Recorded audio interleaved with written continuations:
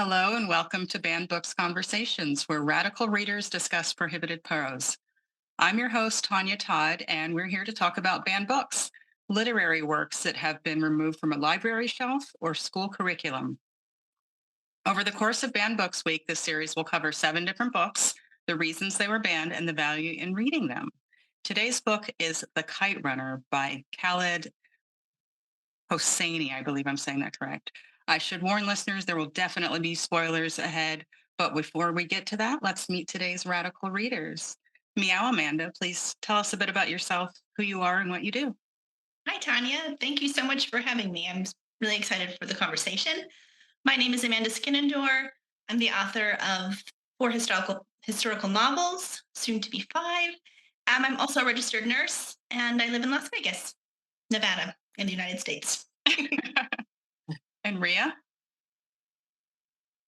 Hello, I am Ria Carrogan. By day, I am a communications professional. By the rest of the day and the night, I am a podcast producer of Femon with Tonya and just trying to be creative and also read, thanks to Tonya and Banned Books Week. Sherry. Hi, thank you, Tonya, for having me. I'm very honored to be here with you and with Amanda and Ria. My name is Sherry Rosenthal. I also go by Taz, that's my nickname. And I'm a professor of English at the College of Southern Nevada here in Las Vegas. At work on my second novel, and I'm also the author of a few nonfiction books, short stories, poems, and essays. So, Sherry, what is it about the banned books conversation that interests you? Well, I was thinking about that earlier, and I think what interests me the most is that the banned books movement or trend or tendency or whatever you might call it would even take root in the United States, which is supposed to be a place of freedom and free expression and where there's a healthy and undiluted exchange of ideas. And so there's always been talk of banned books ever since I can remember. But in the past, it was just kind of an idea that people were hoping would not happen. And really, speaking only for myself, I thought it would not ever happen in the United States. And recently, I think as people have become, as a group, also much larger than I would have ever imagined, suspicious of institutions, suspicious of government, self-protective, and protective of other people, they think, whether these other people want to be protected or not. You have fertile soil for a banned books movement, which, to refer briefly to one of your other questions, is kind of a slippery slope. And Mm, that's what I'm hoping to be able to talk about and hear other people give their opinions on today. Ria. I'm not really sure I can top that, but I just find banning books and the reasons why so fascinating. It's so interesting when you release the list of books that you're going to cover, Tonya. And before I go and Google it, I think about, I challenge myself to think about why they've been banned, and I have to like get in a certain mindset. And so many times I cannot get the right answer, and then it genuinely blows my mind when I then go and look it up and see why. And I find it so. I really agree with you about America, and it's supposed to be like the land of the free and so idealized, especially by non-Americans. And yet it is going down this really terrible, slippery slope of a few voices get to make these decisions. And I believe these decisions are really damaging, and I think they're really dangerous. And it's just this vocal minority for really quite un I think quite unethical reasons Mm. choose to ban these books. And I just find it fascinating. And I could spend so much time delving into that and learning more and trying to get in the mindset, I can't get enough of these conversations. What are your thoughts on that, Amanda? Certainly, like Ria, I'm very often surprised at the books that end up on these lists. The Kite Runner, the book we're discussing today, I was like, what? People want to ban this book? Um, and so, I am interested again also in those reasons that certain people find certain books offensive. But I also, like Sherry, I really feel that it's, while banning books has been something that has been going on for a really long time, it feels at the same time timely and urgent that we're sort of in this struggle for the identity of our society, how we see society, how we define ourselves as a society, and who we're going to let have a voice and a perspective, and whether we'll be open to many, many voices and perspectives or just to a few very narrow set of voices. And so it feels particularly urgent right now. So, Ria, have you ever had an experience with a book that offended you? And if so, how did that affect you? I've had experiences with books that have offended me because they're so terrible. But at the same time, I'm like, you go for it. Like, if you've written this book and you're getting it published and people are buying it and reading it, amazing. Good for you. Like, genuinely, like, I don't think we should be like pushing anybody down. Fantastic. In terms of a book that's offended me, there are books that I have read that I don't agree with, that I don't like, and they can even be, people. There's a famous British, she's sort of an author, a journalist. So Catelyn Moran is the person I'm talking about, and she's written a book recently called "What About Men?" And there's some things in it that I kind of fundamentally disagree with because I don't think they're actually a nuanced conversation that we're having. But I'm not like, oh, ban that book. And so, and I just think that is a quite, again, like I said, quite frankly, a dangerous way of thinking. And there's nothing that I would ever like. I think Lolita is, people take the wrong thing from that book. And I think that means that book can be quite dangerous. But I don't think the conversation should be about the book. The conversation should be about what people are taking away from it, how they're interpreting it. And I just think banning it means there's no conversation, there's no nuance, there's no reflecting on ourselves as a society, which is, again, I think I keep on using the word dangerous and I have to like get a thesaurus out. I think that's really dangerous as well. And that's what all this is doing. It's shutting down conversations. I've gone a bit off topic and I apologize. No, it's fine. You went on a rant. How about you, Sherry? Have you had an experience with a book that offended you? I have. I'm not crazy about anything by Ayn Rand. This emphasis on free market capitalism and success at any price. And speaking only for myself, I would never ever say that because I'm offended by it, it ought to be banned. But the works of Ayn Rand are not to my taste. Another thing that's not particular to my taste, but that my students tend to love for all the wrong reasons, I believe, is Machiavelli's The Prince, which is a kind of instruction manual on how to gain power, how to maintain power over other people, how to manipulate people into thinking that you are doing them good when you're really not doing them good and you're only doing yourself good. That's a very popular thing that, in my opinion, way too many people would like to have an understanding of these days so they can put it into personal use. The Ayn Rand and Machiavelli are not to my taste, but that said, I would never ever discourage anyone from reading them, and I would never ever support a ban on those books. Amanda. Similar to what Sherry and Ria have said, there are definitely books that have offended me. Even, our book club just read Justine by Lawrence Durrell, and I like the sort of casual sexism, casual racism in the book. It was grating on me, but I would never say to ban that book. And I think that while I don't really enjoy reading that, we can't forget that was the perspective when he was writing, and there is something valuable just in understanding that.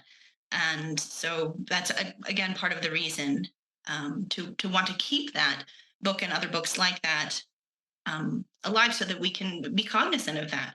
I think what you said, Ria, was excellent about when we're banning the books, we're closing down the conversation.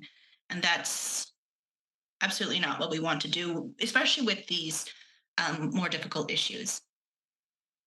So, Amanda, will you hold up your mug for us? Oh, yeah. I ask that because you mentioned that, that's the way it was during his time. And I know that's not the book we're discussing right now, but it was kind of like that when she was writing too. And you could argue that she managed to not just toss tons of casual sexism and racism and all kinds of unfortunate isms of the time in her writing. So it is possible to not do that. That said, I don't think that we should remove books or change the original writing of them just because that stuff is offensive to people now. Is there a scenario in which you feel banning a book is the correct course of action? And if so, what is it? And we'll start with Ria. For me, the simple answer is no. For all the reasons we've discussed, you cannot have conversations. You are deleting history.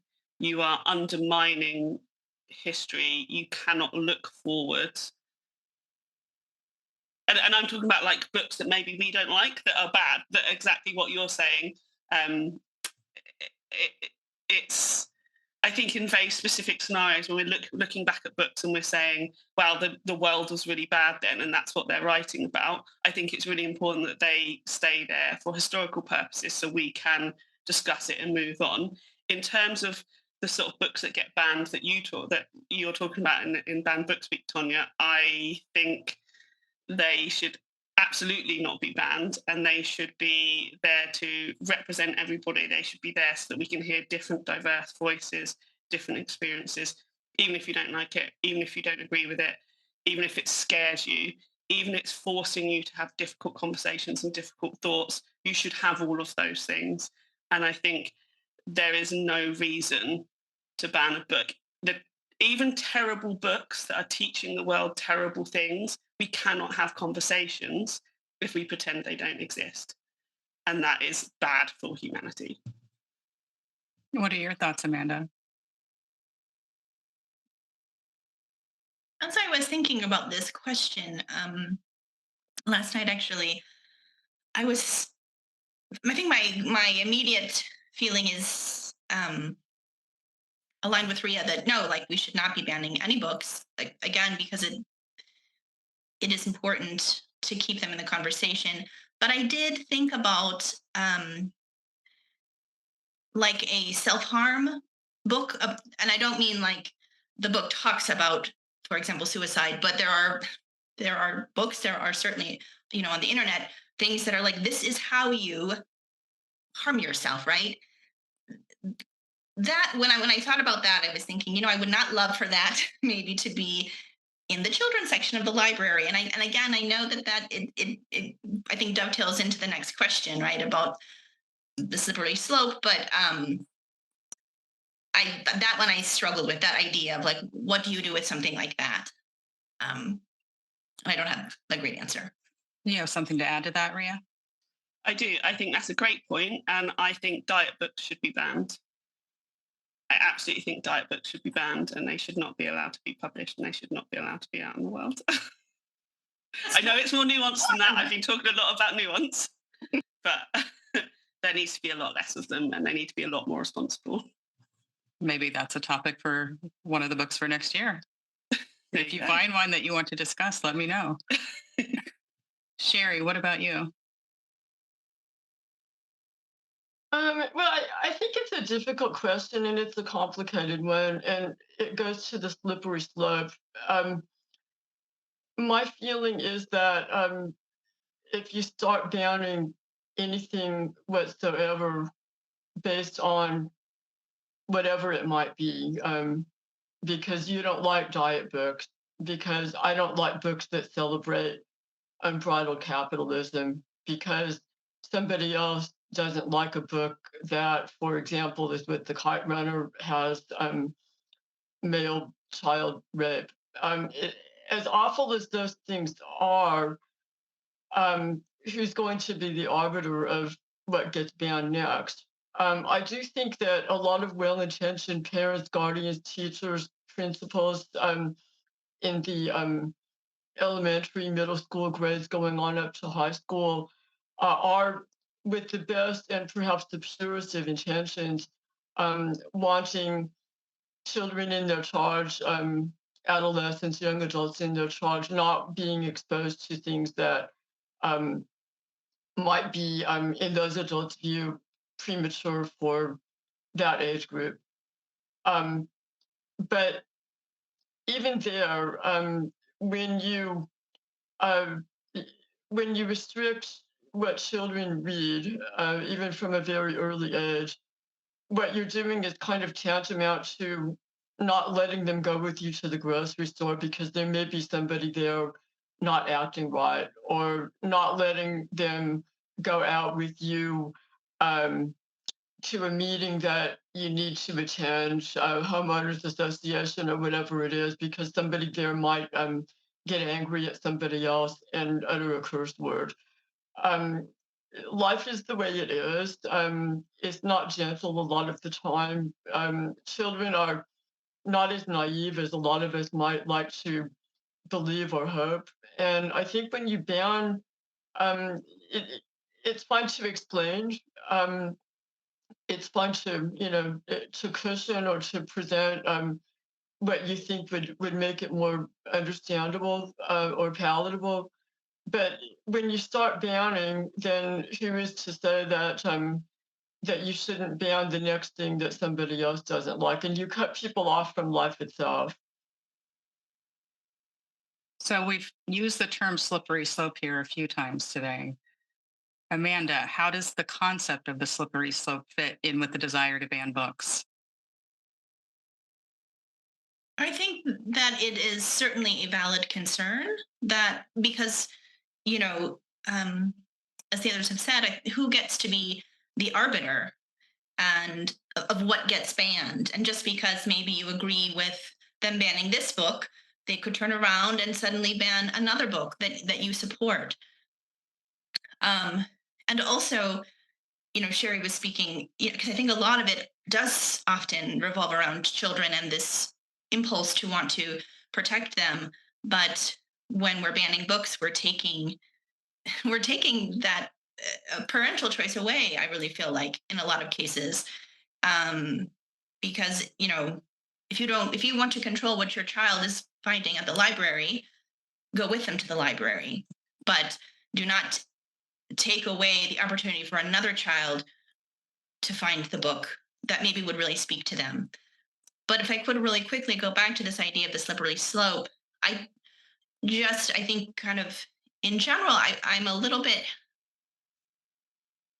I'm hesitant, I think, to throw it around too much because there definitely are many, many examples of slippery slopes, but sometimes I feel like it becomes this piece of a conversation where someone just said, "Well, that's a slippery slope," and da da da da da, and it shuts down the conversation, right? Mm.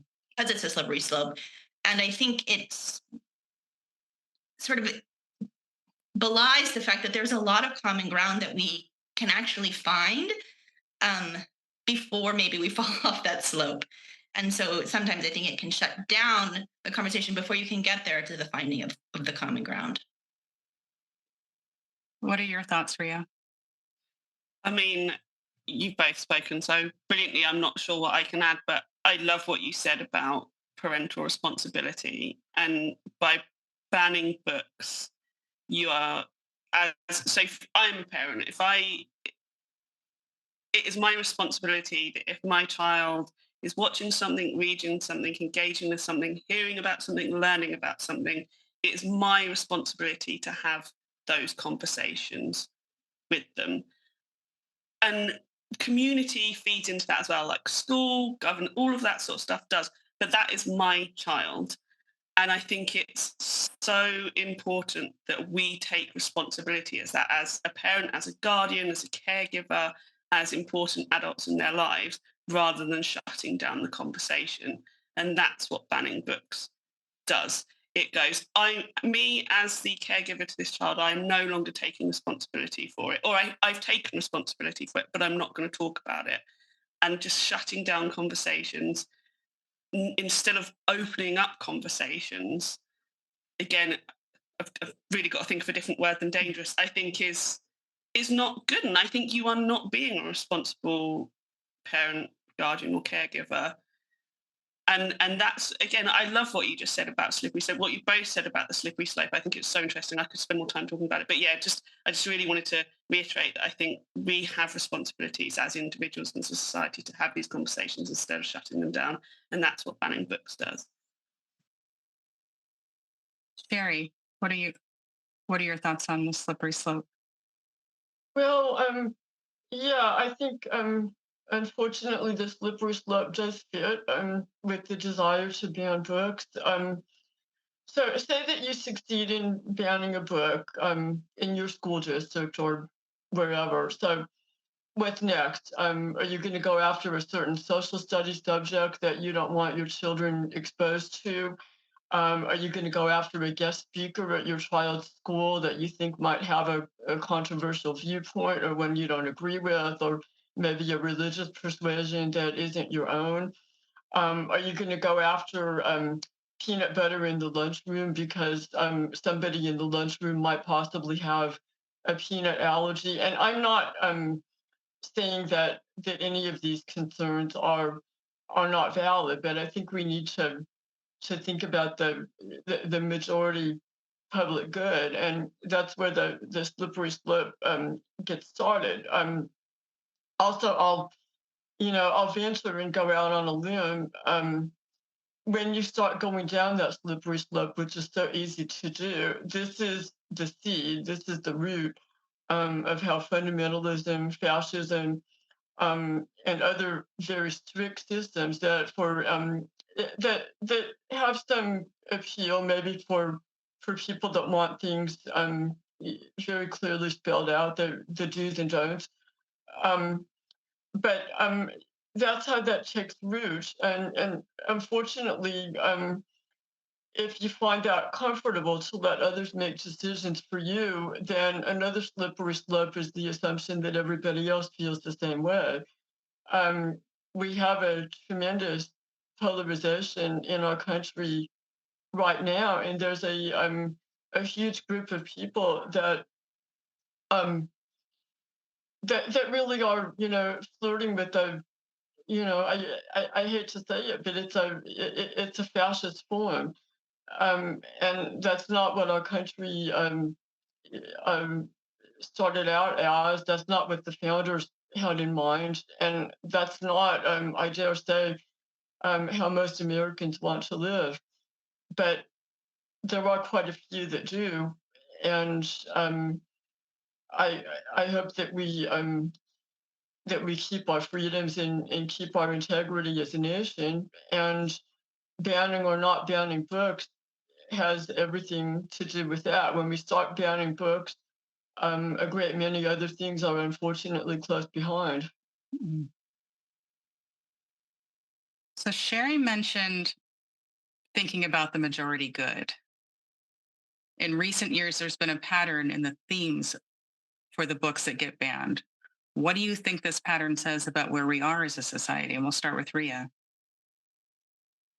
I think what you just said, Sherry, about how polarized society is, I think is so obvious when you talk about banned books. And there's this rift between the left and the right, which in my most negative thoughts, I feel is never going to be healed. I feel like we've just moved too far apart. And I find that really frightening, that there's often no common ground that any of us can find. And I think books that get banned completely fall into that there's no movement on either side. So, I fully support books that are about LGBTQ plus, um, and I find it atrocious that those books get banned. And I, as an individual, can be really unwilling to listen to somebody on the right talking about why these books are maybe not appropriate, because I just fundamentally don't agree. And I see myself as a person who is actually really good at listening to other people. But I think and I'm talking, this is really when I'm feeling really negatively about the world and not feeling optimistic and positive. And I just feel that those rifts can never be healed. When I feel more positive and more optimistic, I am like, hey, let's just keep on having these conversations. One person who thinks that having this sort of books and materials available can save lives and make the world better is awesome. Changing one person is the best thing. And I think that just sums up the division and the confusion in the world around these issues at the moment. I'm being really incoherent and I'm aware of that. I'm sorry. You're I've not. also just abandoned all my notes in a classic Ria. Um, and so I just think as society we're just really fractured, and it's really sad because I think we can do such good, and at the moment we're just really in a bad place. If anybody else wants to make me feel better and more positive and optimistic, that'd be wonderful. Well, let's start Go, with ladies. you're not being incoherent, because what you're saying is you're suffering a rift within yourself. Like you're conflicted on your own. You don't even feel the same way every day. So how can we expect the society who is so far in different directions to come together when you sometimes can't come together with your opposing thoughts? Perfect. Can you just do everything for me? Can you get all my thoughts out to make sense? That'd be wonderful. Thank you. No, we are a team, and you have to you have to stick with me. What are your thoughts, Sherry? Well, yeah, in recent years there has been a pattern in the themes that get books banned. What I think the pattern says about where we are as a society, I'll answer it somewhat circuitously, but I'll get to my answer. I think that there are two kinds of people on the planet. It's a little simplistic, but I think that there are people who have as their dominant way of being mistrust and caution, and then I think there are people who instead rely on courage and hope for the future. And there were some gradations of that, but I think either mistrust and caution or courage and hope for the future, um, one or the other of those two qualities in combination, um, is true of most people. Not that you can't change, and not that you can't go one way or the other depending on your circumstances. But when you talk about liberal, conservative, I think it falls there. Um, the themes I've seen banned recently have a lot to do with sexuality, too much, too explicit, too young, gay, etc. Also, strong language tends to get banned a lot, though that isn't a theme, but that's a big beef with Huckleberry Finn, which I consider the greatest American novel ever. Um, but that's banned in a lot of places due to the language. A lot comes from the religious right, trying not to be offended by books and not to make sure that their children are not offended or not introduced to mature themes, or to have their children exposed to themes that they consider offensive. In my opinion, if you feel that way, um, it's good to express yourself in church. Send your children to a church school, have them express themselves in church or in their church school, but this should not be imposed on everyone or on everyone's children. Amanda.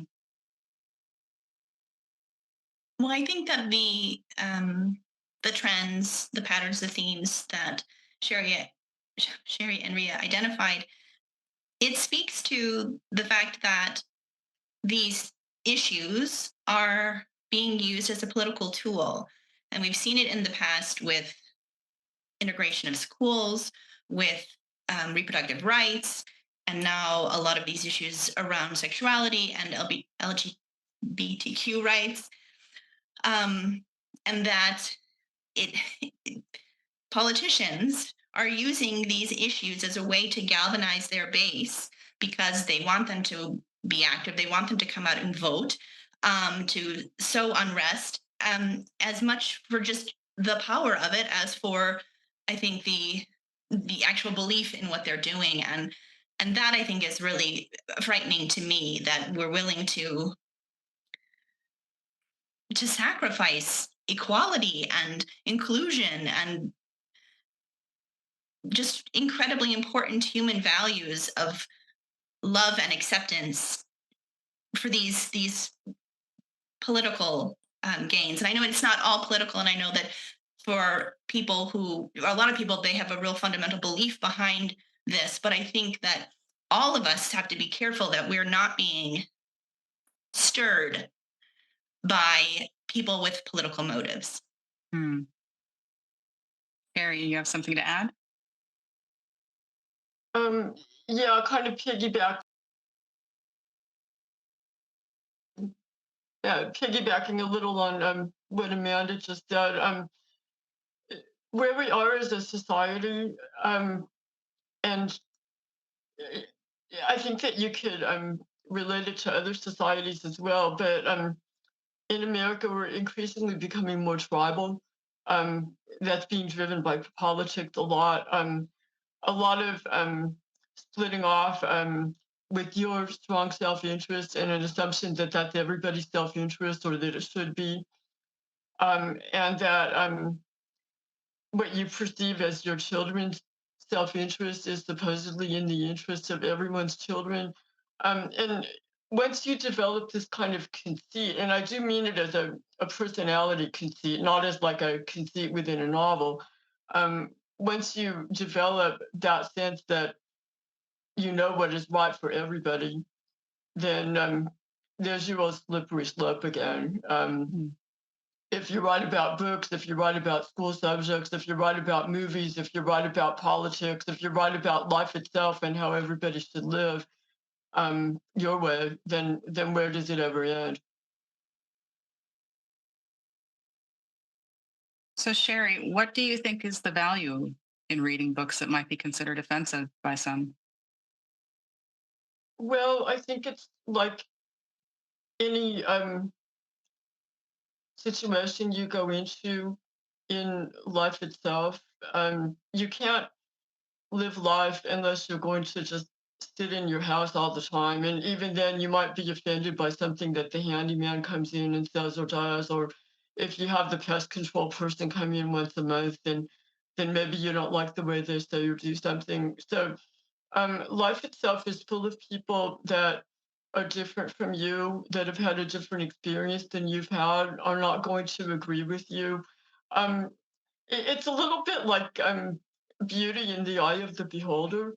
Um, my husband and I agree or disagree with this kind of thing all the time. You know, I say she's beautiful, he says she's not. Or I say the opposite, and he believes the opposite thing. Um, a book is written by somebody, springs out of their heart and mind. And when they put that book out there, they have no control over how somebody else, anybody else, is going to perceive it. That is that person's right. The same way with anything that happens in life. You go into a movie theater and there are going to be a zillion opinions on that movie. Barbie, the Barbie movie, that's a great example right now. Um, so, yeah, people have the right to live life and to have agency over how they experience things and how they process things. And when somebody else, anybody else, starts stepping on that, even if they're stepping on the agency of a 1-year-old, then that's banning, that's cutting off people's authentic experience. And I believe that that is, and you may not look at it that way if you're the banner, but you are dehumanizing that person or those people. You're making their life less than it could and should and ought to be. What about you, Amanda? Well, I think what Sherry said was excellent. I would say, that reading banned books can open your mind to new perspectives that maybe you were not aware of or open to before. And also, I think this is just terribly important that people find themselves, people who have been otherwise marginalized, they find themselves in these stories. And that is incredibly important because we all need and deserve to know that there is a community out there of people who are like us and the way that and who have had similar experiences and so I think it's sort of a both sides of the coin there, right? Like it's so important for people to be able to see themselves in stories, and it's also so important for us to see and read stories that we don't see ourselves in, because then we can see the other perspective, and both of those are just incredibly important. Ria. Feeling really emotional about what you're both saying. I think books that are diverse are so important, and we cannot be the best we can be as people and as society without them. And I totally agree with you, Sherry, that if you don't agree with it, go off into your safe space and be in your safe space about it, but don't take that away from someone else. Tonya, a few months ago, told the most wonderful story on a podcast about vampires, about how she was walking down the road and she saw a billboard of the film Belle, which, by the way, if you haven't seen, is absolutely amazing. And just go and listen to the podcast and listen to Tonya's story of how she suddenly found somebody who was like her on a big billboard. And I think about that so much and how important that is. And the idea that you find this offensive, so therefore you're going to take it away from everybody else and from people it can literally save lives, not by, unfortunately people do take their own lives, but by transforming somebody's life so they can be the person they are supposed to be and that they feel inside, and taking that away from them is horrible. It's one of the worst things that you can do. And I also don't believe that we can be an equal and equitable society without ensuring that books, because the books we are talking about, the books we are talking about people aren't banning the Bible. People are banning books about LGBTQ plus. They're banning books about race. They're banning books where people get to see themselves. They are banning the things that are people in the world, that are society, and they deserve to be seen and they deserve to be heard. And you're taking this away, and it's horrible. And you think you're doing the right thing. You're doing the right thing for you and not for everybody else. And it's selfish. And it just makes me so angry. I've lost my words. I'm getting so angry, and my voice went really high pitched. And for me as an individual, it's really important, I'm bringing myself back. It's really important for me as an individual to read books that are outside of my scope, outside of the world that I have lived. It's important that I engage with these things. It's important that I educate myself about these things and not rely on other people to educate me on them.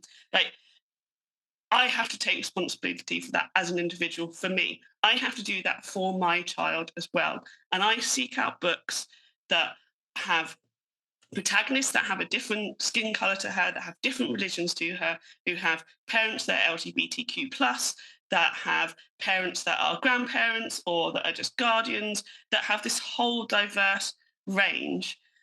And I cannot create this awesome little human being that I made. I cannot make her into a good adult without giving her this information and without exposing her to these things. And again, I have to take personal responsibility for that.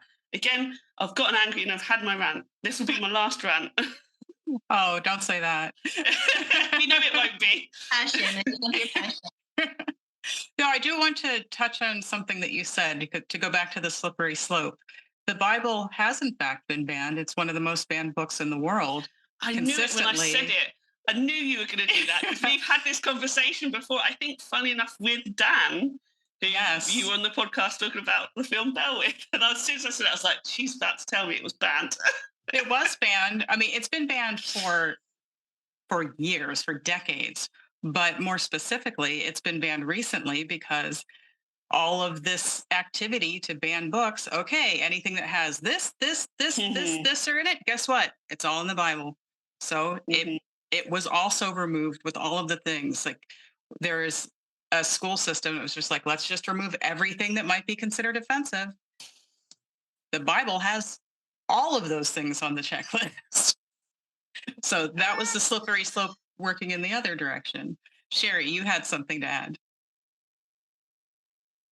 Yeah, I read a study recently, just adding on to what Ria just said. Children that read read novels or just read children's picture books, but read 2 hours a day as a habit. Um, there was some test done. There was an actual study done that they have more empathic reactions to other people than children that don't read. So I think reading widely, reading about a wide variety of people, especially people maybe whose experience does not reflect your own, people with different skin colors, um, religious orientations, um, or any orientation that challenges maybe the way that you think about things day to day makes you more empathic and makes you a better citizen of the world early on. And um, I really can't think of anything better for our world than that. Well, Amanda, we'll start with you for this next question because you are the resident author. You have 4 published novels. What effect should an author's intentionality versus the reader's interpretation have when discussing book bans? Um, I was watching recently an interview with Jamie Ford, who wrote, among other novels, The Hotel on the Corner of Bitter and Sweet. And I really loved what he said about books in general. He talked about books as a circle, but that the author is only creating maybe 2/3, 3/4 of that circle. And then the circle is completed by the reader. And I just really love that analogy because I do very much think that the experience of a book is both the author's intention and the reader's interpretation. And I think both are important. I think both are valid. And they both belong in the discussion of banned books. Sherry, you're an author. What are your thoughts? Um, I think this is a very hard question. And I think that books, like beauty or anything that's subjective that I talked about in the previous questions, it's a beholder experience. The reading of the book is a beholder experience, and of course, so is the writing of a book.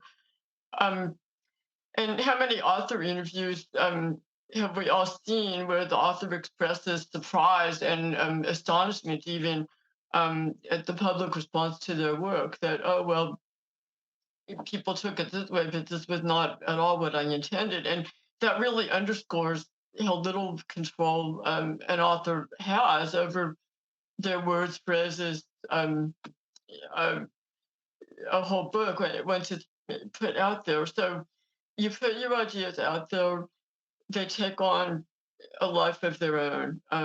That's the risk of publishing fiction or publishing any group of words. And publishers these days are very cautious about what might offend. Um, but my cynical view is that this has more to do with economics than with any real concern about that. So we get an interesting case of publishers kind of self-censoring because the public might be offended, and Mm. the public doesn't get a chance to really decide for itself what offends it and what doesn't. And I think that may be another dangerous theme. Started again with the best of intentions. And yeah, I mean, all of this really does, I'm sorry for the cliche, but, it really does make me think about the road to hell. And it's not that bad, um, but when you Yet. get into, yeah, somebody, even, very full-heartedly and with full generosity and a desire to protect and everything that we all want for our children and those we love. When you get somebody, anybody at all, even with generous intentions like that, calling the shots, then by its very nature, you've got the wrong shots being called. So intentionality on the part of the author, intentionality on the part of the reader. In a healthy society, you just have to let it rip. It doesn't mean that somebody or other isn't going to be offended. It doesn't mean that somebody or other isn't going to be hurt. But you can be hurt walking out your front door and stooping down for the newspaper if there's a crack in the sidewalk and you fall down and injure yourself. So we can't live in a risk-free world. Ria, you're the Yeah. reader here. What are your thoughts? Let's complete the circle with the reader. Well, you stole the thoughts out of my mouth, but did it much more eloquently than I can. I was thinking about this question. I was thinking about it, funny enough, as a reader. I've never written anything. Um, you know how most people want to write books? I don't think that's what I want to do. I just, everybody's got a book in them, right? Maybe I do. I don't think it's not something I'm planning on doing. So I was very much thinking about it as a reader. And what I was thinking about is you can read something and be offended or think, oh, that's not right. And then it's about the actions that you take. And so it doesn't matter. I mean, of course it matters, but so it doesn't really matter what the author, the publisher is putting out in the world. It does matter. I'm being very blanket for anybody that at me. Um, but as a reader, if there's something I don't like, if there's something I'm offended by, it's how I'm then reacting or being as an individual. I'm really not expressing this very well, but so say there is, I don't know, a great example, actually, I talked about this last year on Discord with a group of people. My kids gotten really into Disney. It was inevitable, it was going to happen. In a charity shop, found a Peter Pan book and was reading the book, and there are some incredibly offensive depictions of Indigenous people in that book. I'm laughing because I'm thinking back to it and thinking, oh God. And I was reading it and I was like, the first time I read it with her, I just took those words out. And then the second time I changed those words. And then the third time I was like, I'm avoiding having this conversation because she's 4 and I don't know how to talk about it with a 4-year-old. And then I put the words back in, and obviously she noticed because she was like, clearly you're changing the story. And I had to have a conversation with her. And I was like, why am I avoiding this conversation? Because it's hard work. And I think that's what I'm trying to get to. I think sort of of course, the intentionality matters. I don't want to offend anybody. But as a reader, it's about what I then do with my thoughts and my feelings about it and how I inflict that on the world around me. If that makes sense.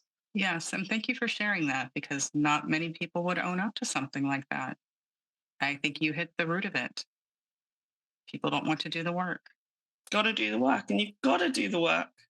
And I talk about people doing the work. We had this whole thing a few years ago about the HPV vaccine and how we could have eradicated HPV, but we cannot do it in the UK because parents do not want to talk to their teenagers about sex. Mm. And so therefore we've got a thing that can kill women still going around, and we could eradicate it because people do not want to have those conversations. And I get wound up on this on a regular basis. But with the Peter Pan book, I was not applying that to myself because I was avoiding a difficult conversation. And it's like, I was like, I've got to apply this to myself because then I'm not doing learning, I'm relying on others. And we cannot do that as a society. Away from me a bit. Sherry, you have something to add?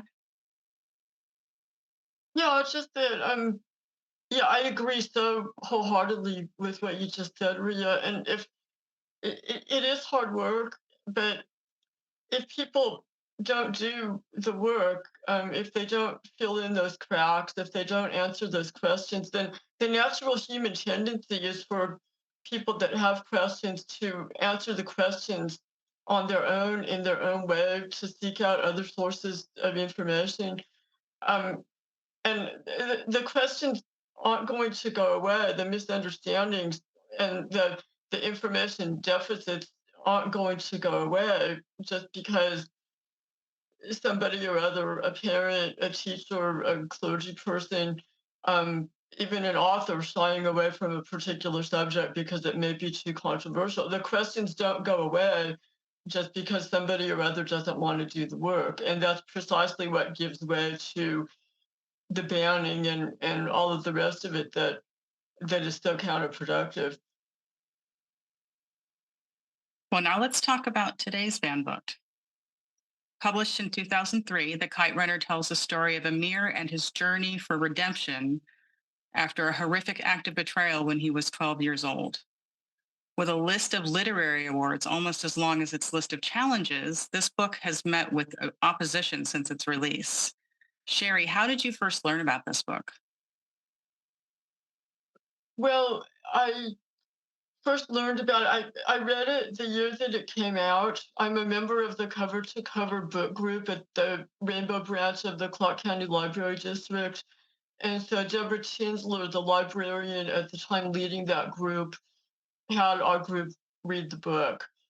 And then after that, a couple of years um, in the future, I was putting together for College of Southern Nevada a course on the contemporary novel. And the editor I was working with from Pearson suggested that I put that book in. And I remembered from reading it that I liked it very much. And so I did put it into my course, English 278, the contemporary novel at CSN. And I also wrote a textbook to go along with that.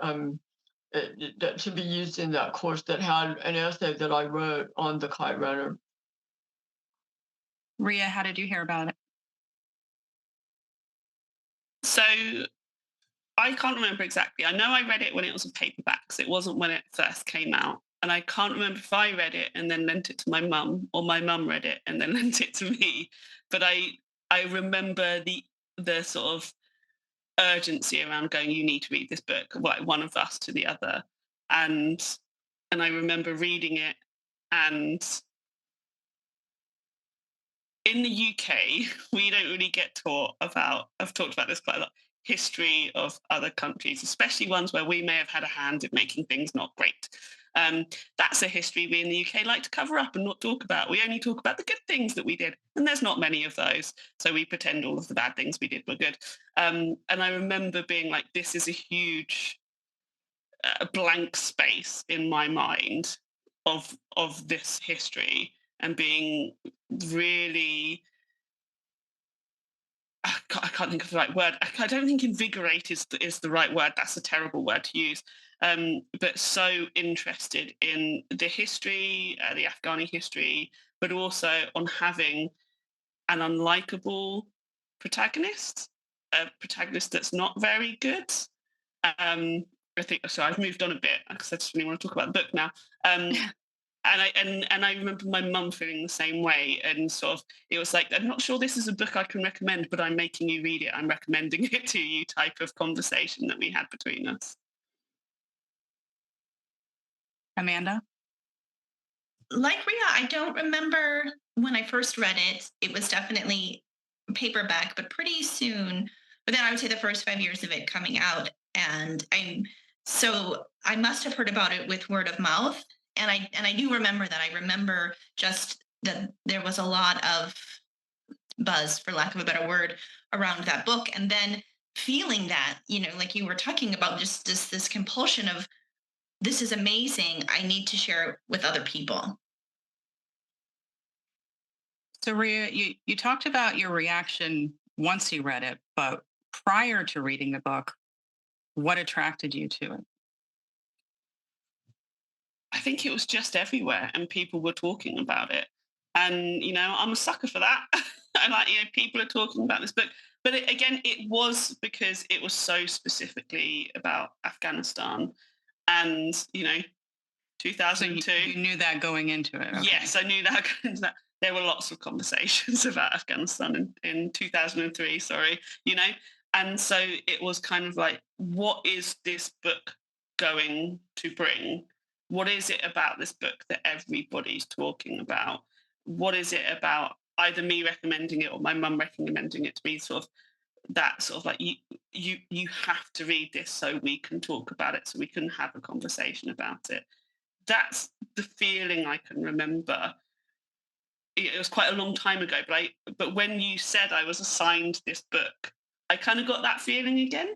I've not read it since when I first read it, but I remembered a lot of it. But it's not a book I've revisited at all, and I started getting that feeling again, that sort of like fizzy. Ooh, okay, I'm gonna go and read this book, and then I was talking to you, Tonya. I went down this wormhole of learning about Afghanistan history, about the Taliban, about just everything. And I sort of wish I'd had those tools when I first read it, because it was really Mm. it was really interesting and educational and made me much more thoughtful about it when I read it this time.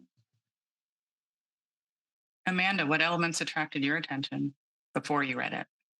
Again, I think very similar.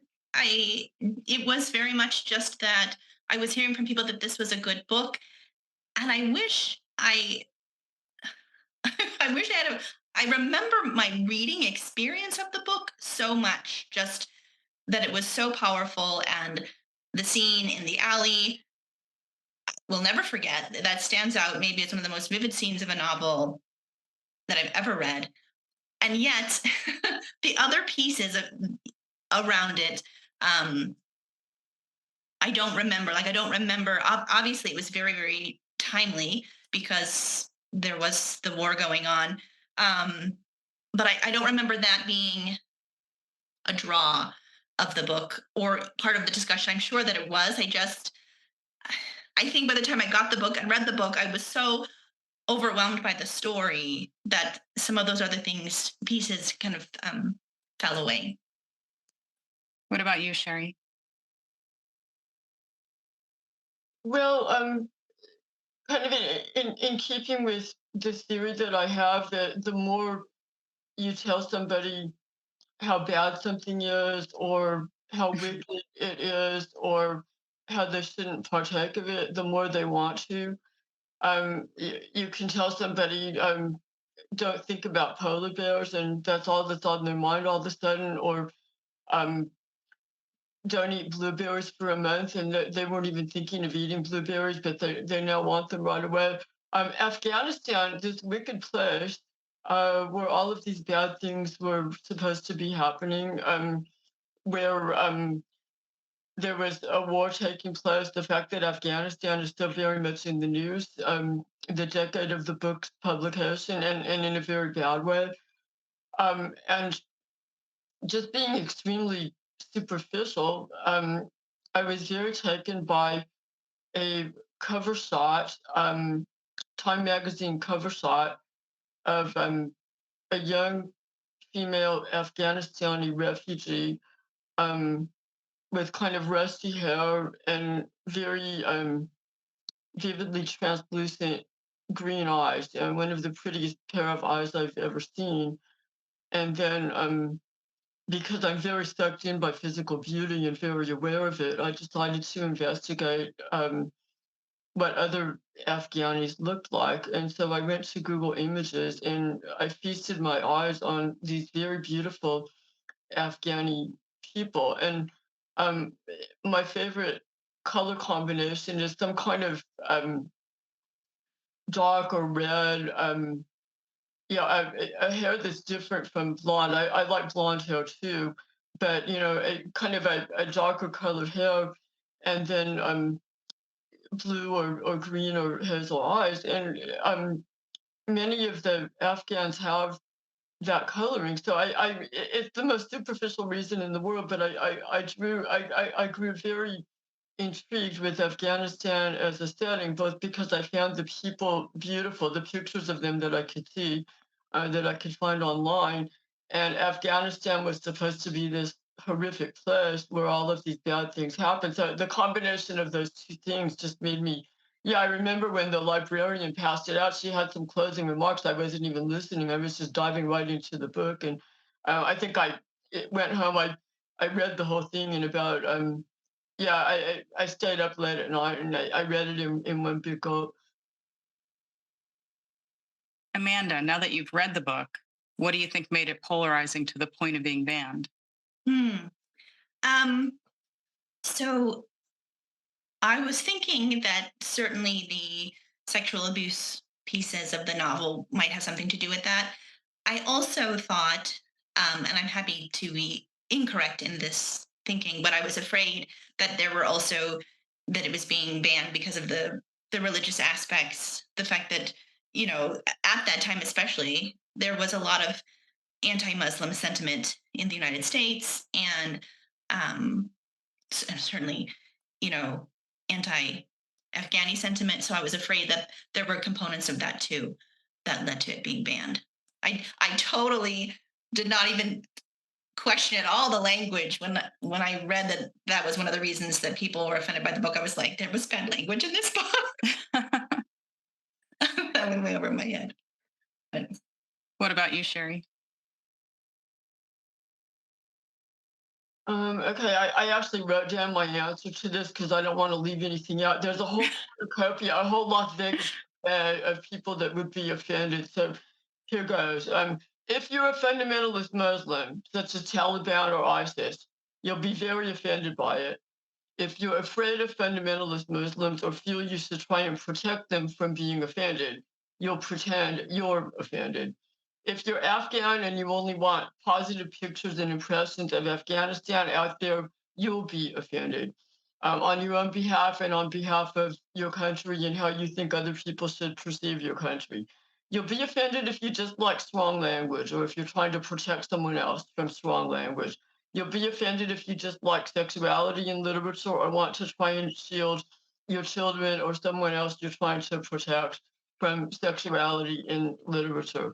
Finally, it presents very violent descriptions of homosexual sex, which is certainly far from the only way to view or to experience gay sex. There are a lot of other ways to write about, read about, or experience gay sex, some quite beautiful.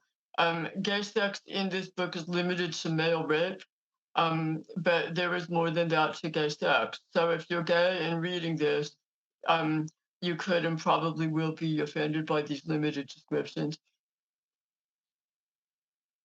You came prepared. Yeah, I gave it a lot of thought because see, I wasn't offended, and when I'm not offended, I'm kind of mind boggled. So I really tried to think it through. Who would be offended and why. What about you, Ria? I mean, that's not fair. I can't follow that. I didn't know she Amazing. was going to come with That a was dissertation. So amazing. It was amazing.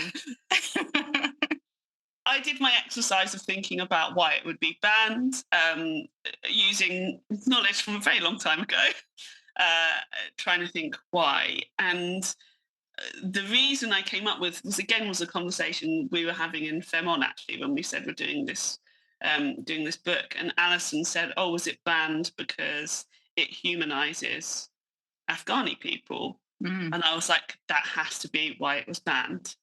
So before I googled it, I was like, "She's nailed it. That's absolutely why it was banned."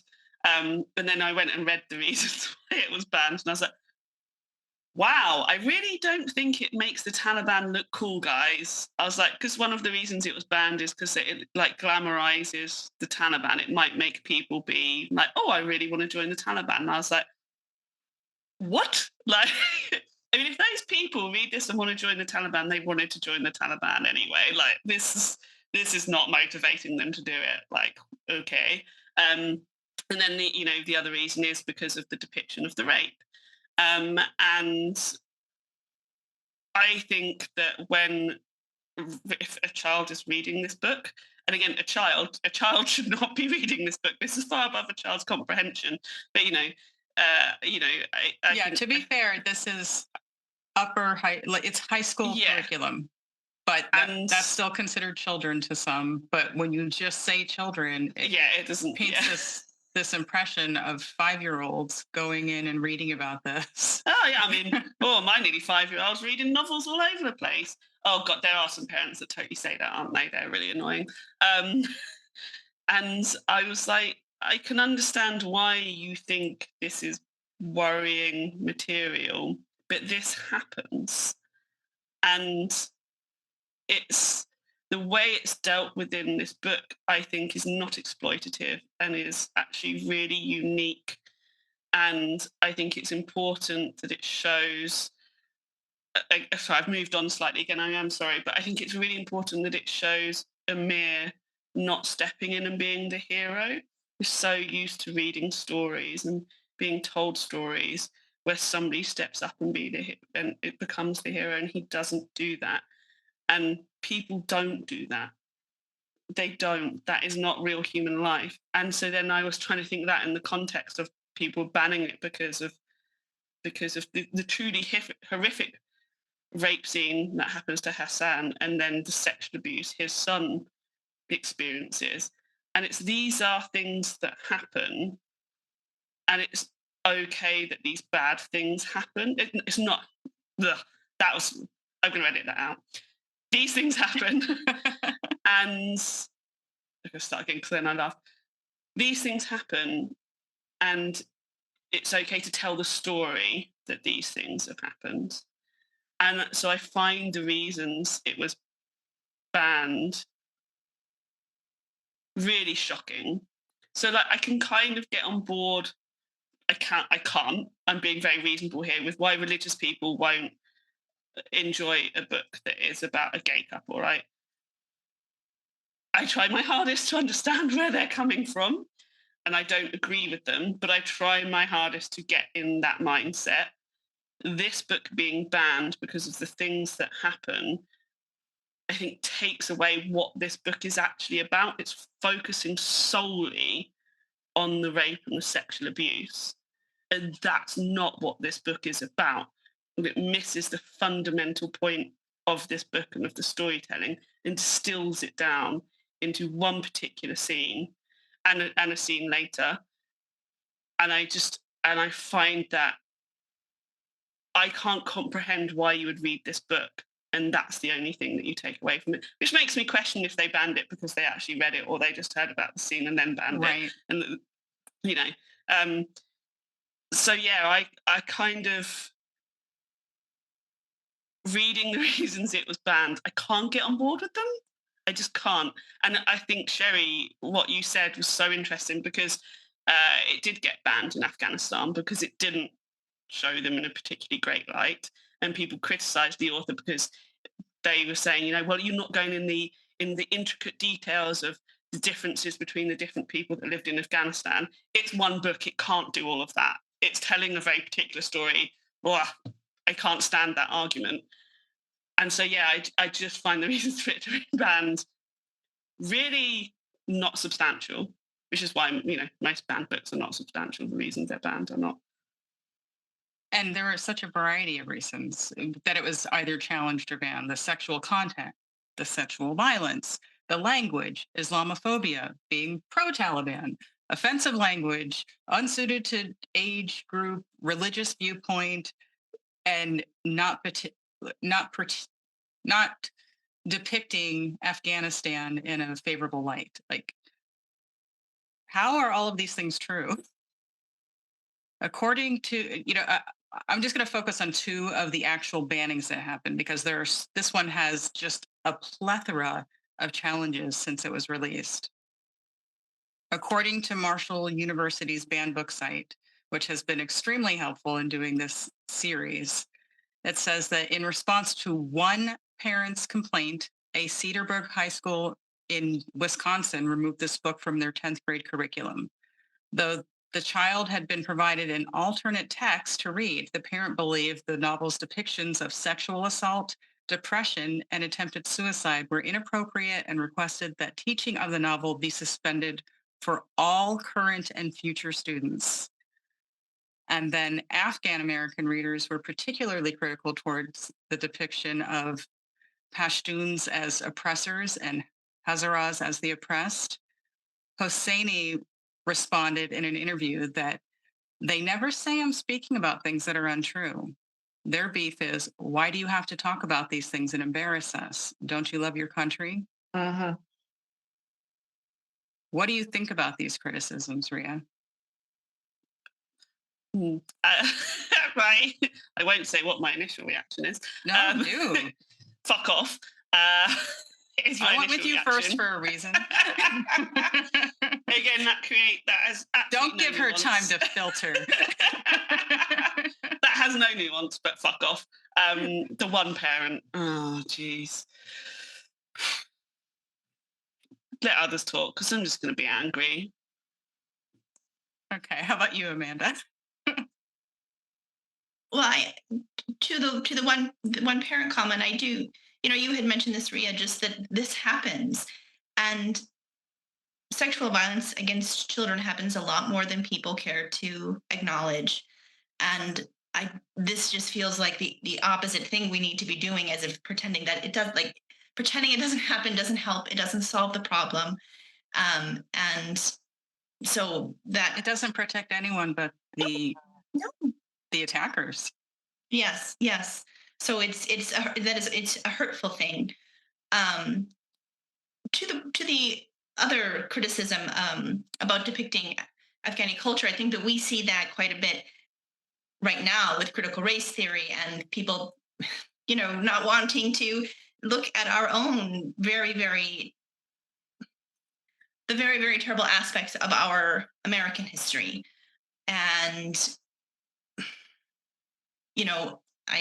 I don't agree with that impulse, both, of course, because I think it's incredibly important that we do see that we do look at that. I don't think that we can move forward as a country and heal from these things and do, make reparations for these things by ignoring them. But it doesn't mean that I don't love my country, right? I think you love your country all the more because you want to take a true look at it. And I would say, from the perspective of America, from the perspective of American reading about Afghanistan, for me, seeing that we are not alone in the United States in our cruelty, in our just our divisions, right? Whether it's these religious divisions between the Sunni and the Shia, or the ethnic divisions that the book talks about, sometimes you do feel like we are the only people on this globe that are that have these struggles. And it is, for me, it gives me hope in a weird way when I see that it is not a uniquely American thing, because I do believe that we can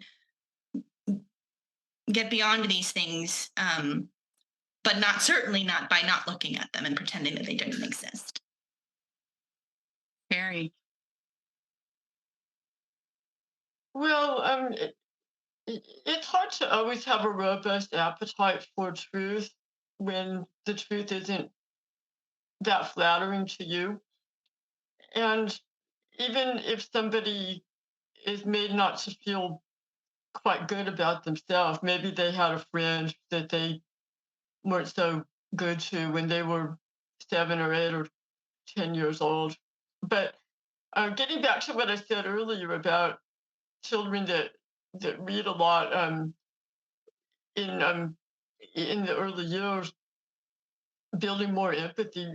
It kind of reminds me of that poem by A.E. Housman, Terrence, This is Stupid Stuff, that if you if you expose yourself little by little every day to uncomfortable truths by never shirking reality and never um, shying away from the truth, whatever it is, then you have a greater tolerance for it when it reflects maybe not so positively on you.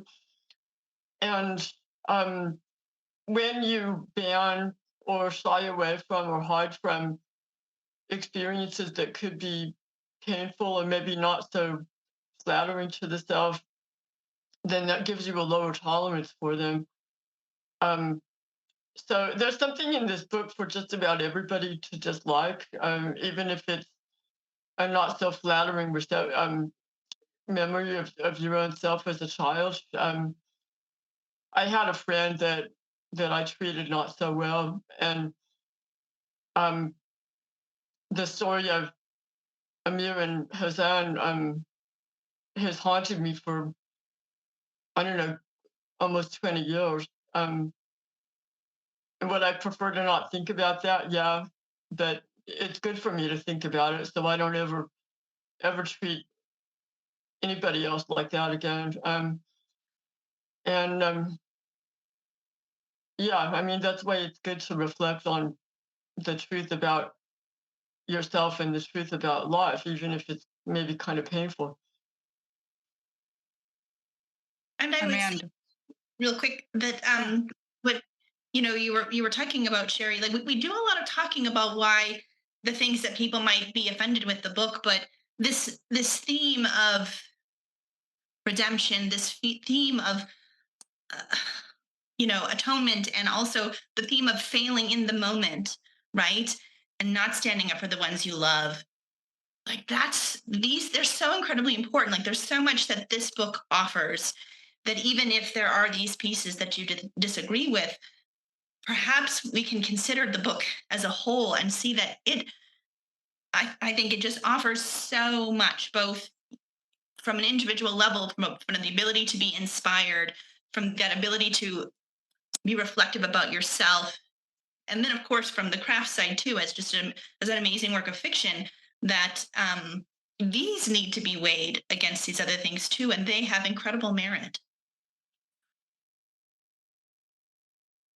Well, you're getting me all emotional, Amanda, as I want to ask you, what was your emotional reaction to reading the book? I did. As they say, like I felt all the feels. As I so I had read it years ago, and then for the discussion, I listened to it, and I didn't realize, and the author narrates it, which is Yes. amazing and so cool to like realize at the end. I was like, whoa, that's so neat.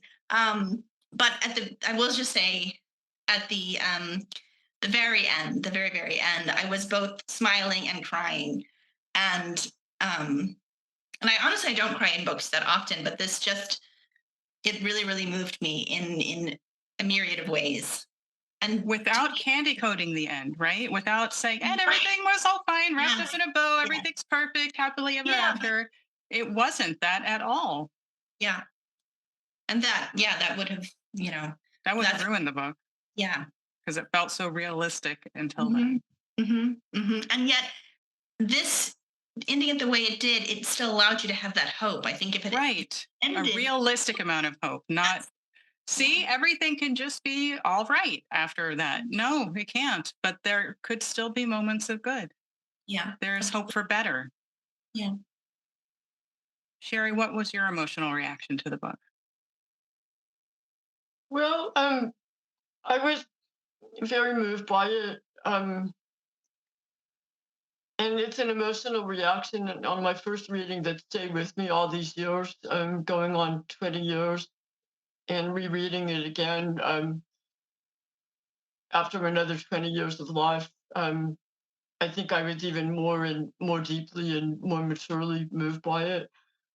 Um, it showed me the good and the bad of the human condition, humanity at its best and humanity at its worst.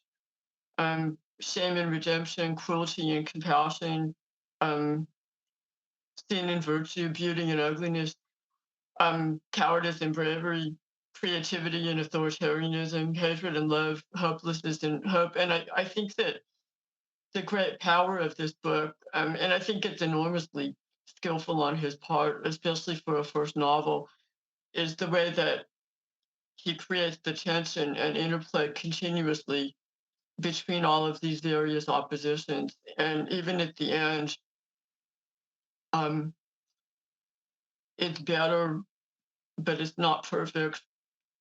And it's more than he would have hoped for when he first brought Sohrab out of Afghanistan, but it's not more than he's still hoping for. And we're always unfinished. It's never quite how we want it, but we need to keep working toward it, whatever that is. And I think that's another reason why, if you like things black and white, if you like things all wrapped up in with a pretty bow and presented as an attractive package, then this book really challenges that, because that's not how it ends, but it does end better than it started, much so. And it ends with compassion and hope, and also don't ever give up on somebody, however hopeless it might seem. Ria. So I breezed into this very confident. I was like, I've read this before. I want to read this book so quickly. I don't have much free time. I have lots of things going on in my life. I was like, oh, I'll be getting through this. I know all the story beats. I'll know what will be happening. And on this read of it, after like chapter 1, I was like, oh no, I'm going to take it slow.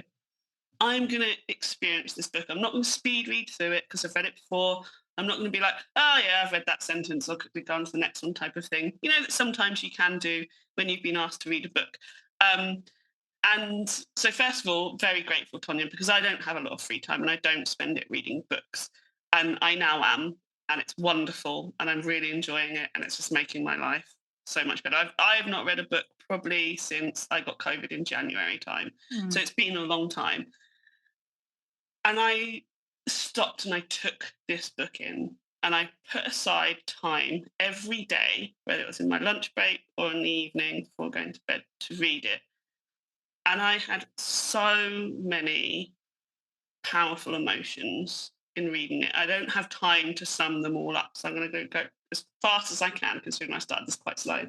The first one was about the world building of Afghanistan, of the colours, of the houses, of the people, of the food, of the food. I couldn't stop thinking about the food. I could smell things. I could see things. I could see the pomegranates, the red of the pomegranates of that tree. And then later in the book, when the tree's dead and it's not bearing any fruit, I saw it. I saw that in my mind. I've not watched the film of this, by the way, so I have no idea if this is in the film, but I saw a still picture of this book, of the pomegranate tree, of them sitting under it and it being ripe and fruitful, of youthfulness, and then of their childhood being destroyed and it no longer being there, and Amir having to reconcile that and of what he can do to create the world better. I saw abuse from Amir's dad.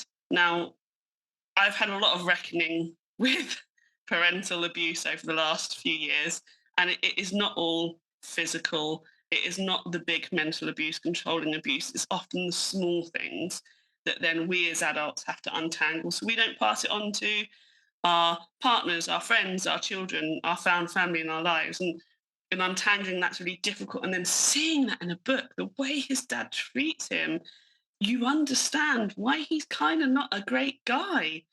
And I was like, God, that's so interesting that we're being presented with this protagonist that is not a good person, and we are being told exactly why. We get these books. I'm about to talk about 50 Shades of Grey. 50 Shades of Grey, and I hate when people are like, oh, isn't it interesting that he likes S&M because he was abused? No, fucking bullshit. That's not a real, this is bad conversation. I don't have that conversation. This is the trauma. This book shows the trauma that parents can pass on to their children, and then how those children go and seek that in other places. I love how he's then, when they move to America, where he's seeking relationships from, where he's seeking his center from, because he doesn't have his own center. And he's finding that from other adults when he's back in Afghanistan. When he's in America, he's seeking it from his writing. He's seeking it from outside praise. And then how he's lost again when his father dies. And then his secondary father figure calls him, and that's the man that compels him to do so. I was like, holy shit, when do we get to see this about men, right? We're not allowed to see emotionally flawed men in our media because that's not what the media wants to present us. And they were seeing that in this book. And I was like, shit, I'm like, oh, I can't believe I haven't picked this up in like 20 years. What am I doing? And then just I said I'd be quick, I'm so sorry. And then the ending, I love that it's unfinished because stories don't end. Trauma doesn't just resolve itself. Unfortunately, for all of us human beings, we'll be on our deathbeds with some sort of trauma still unresolved because that is living. And just that connection between the guardian and their child is really important and really unusual, that it's not tied up in a neat little bow. And it made me think about parenting. It made me think about both myself, the way I was parented. It made me think about people in my life who are my found family and their found family. It made me think about how we can have hope in really difficult and trying times. And it's so heartbreaking when he says his wife, Sorab, she's just given up. Like all she wanted was a kid and she's just given up. And he's not giving up because he feels like he constantly has to atone. And in this one moment at the end, it's not to atone. He's not doing it because he feels he has to. He's doing it because he's compelled to, because it reminds him of this moment in his childhood with Hassan that was pure, and he's doing it for him, and he transfers that across and brings him in, brings Hassan's son into that. And there's no words spoken, it's not deliberate, it's just happening. And I'm just like, isn't this the human experience? Isn't that like the ultimate human experience? I'm not looking at any of my notes. I'm just telling you all my emotions now. And this book is, for me, and I've not read all the books in the world, but it's unusual because it can speak to you in all of these different ways and explores so many different things in this one small book. And I think the reasons people are shocked by it and are upset by it and banning it are not understanding the whole book and the story that we are being told. And I think it's just really, maybe I'm thinking too much about this book. Maybe I'm thinking too much, but it can be a book that can really make you think about yourself and your world and other people and make connections in your mind about how you want to live your life. And it also tells you it's okay if you've done bad things. Like, we're not perfect. I love what you've both said about reflecting on ourselves and looking back on ourselves. And and I said as well, we're not always the heroes, and that's okay. And I think we need to have more stories about that so we can forgive ourselves and we can make changes and we can make a difference. And I've lost all my words. There we go. Finished. You said what needed to be said, and that feels like a wonderful place to end the show. Do either of you have anything to add for why people should read this book?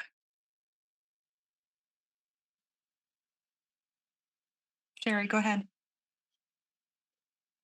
I think that you should read it to learn about your own weaknesses and failings. I think you should read it as a friend or a brother or sister, parent, child of a parent, and how there's always hope for redemption if you've been imperfect in any of those roles. I think you should read it to learn of the dangers, and they're real and concrete in today's world, in our nation and in other nations, of putting all your hope and trust in any one leader or charismatic figure or authoritarian person or authoritarian system.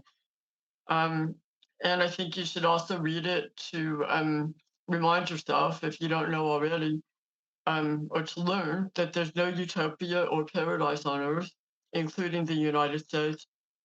Um, and you should read it to encourage yourself to always persist and avoid giving up on yourself or anybody else. Anything to add, Amanda? I would say that what Sherry and Ria have said really speaks to, I think, the core reasons that this book is important. One thing that I would just add that was unique for my experience, I think, reading it now after we have left Afghanistan was, I feel like it's important for us, yeah, to examine what happened these past 20 years in Afghanistan, where we have left them, and the situation that's going on right now. I feel like there's this feeling of, I don't want to examine that. I don't want to look at that. And we we can't do that. I mean, that's the whole crux of the conversation today, right? Like we can't shy away from looking at these things, like Sherry said, that make us uncomfortable. And I did like that about reading this book, is it really made me think in the context of today, and where Afghanistan is, and the part that we played in that. I just think that's important to explore. And the book, not directly at all, but that's a great thing about books, right? Like, there are things beyond the story that it sparks conversation and makes people think about, and at least a great book. And that's, I think, another reason that this is a great book. Ria, any final rants? No, I mean, I completely agree. I sort of suggest, when you're feeling emotionally robust, to go down a wormhole of the history of Afghanistan and the Taliban, and exactly what you're talking about, Amanda, our involvement as the Western world. I think it's an incredibly important lesson, and if this book is a gateway to that, it's great. I think it's really important to remember that refugees are us, that they are human beings, and this book talks about that. I think we can forget that in a lot of the political madness. So I think it's really important to maybe go and look at the refugee crisis. It sparked something for me, which was years and years ago. My partner and I went to Sweden, and they had a photography exhibition there, and it was about Syrian refugees. And I came out of it absolutely devastated, because they are just like, hey, here's a picture of a human being, and here's their story and how horrific it is. And this book brought back those feelings for me when Amir and his father moved to America, and how they are no longer human beings, basically, apart from within their own community, and how that community struggles. I think that's a really important thing to take away from this book as well. I am now just rambling. Thank you, thank you, Tonya, for signing me this book. Thank you, Sherry and Amanda. My mind's slightly blown from talking to you both. Didn't I tell you they were amazing? You did tell me they were amazing. And I'm trying to think of something really intelligent to end on, and I can't. So how about I end the show? But no, in my own thoughts, I meant know. Not your thoughts. I'm just teasing you, Ria. In terms of, oh, cheeky. And it's been an amazing experience talking to you both about it. So just thank you, Tonya, for doing this. It's so important. Well, you should know that I love you all, and even more so after this conversation. I appreciate you sharing so much of your time and your input and putting so much thought into your answers. Ria, wrap us up. Where can people find you and support your work? Yes, come and find me on FemOn with Tonya and Alison and Ada and Jess. We're amazing. So the website is femon.show. The Instagram, which I can never remember, but I believe it's FemOn Collective. I run it, so you'd think I'd know what on earth our Instagram handle is. But it'll be in the show notes. Come and join in, come in the conversations. Sherry and Amanda, if you want to come and talk to us about anything, please do. That'd be absolutely wonderful. So come and find us there. Thank you. Sherry. You can find my books on Amazon.com, Sherry Rosenthal. If you would like to get in touch with me about any future talks like this or about my being on a panel, Sherry.Rosenthal at csn.edu, College of Southern Nevada. I'm always available there. And thank you so much for having me, Amanda, Ria, Tonya. I've enjoyed this so much, and I'm so honored to be in your company. You guys are all fantastic, and I've learned a lot from you. Amanda. Yes, I will echo. Thank you. What a wonderful conversation, and one I will not forget. So thank you, ladies, so much, and thank you, Tonya, for organizing this and allowing me to be a part of it. You can find me at amandaskenandore.com. Well, that's it for today's conversation. If you enjoyed what you heard, please like, comment, and share. Thank you for listening, and more importantly, thank you for reading.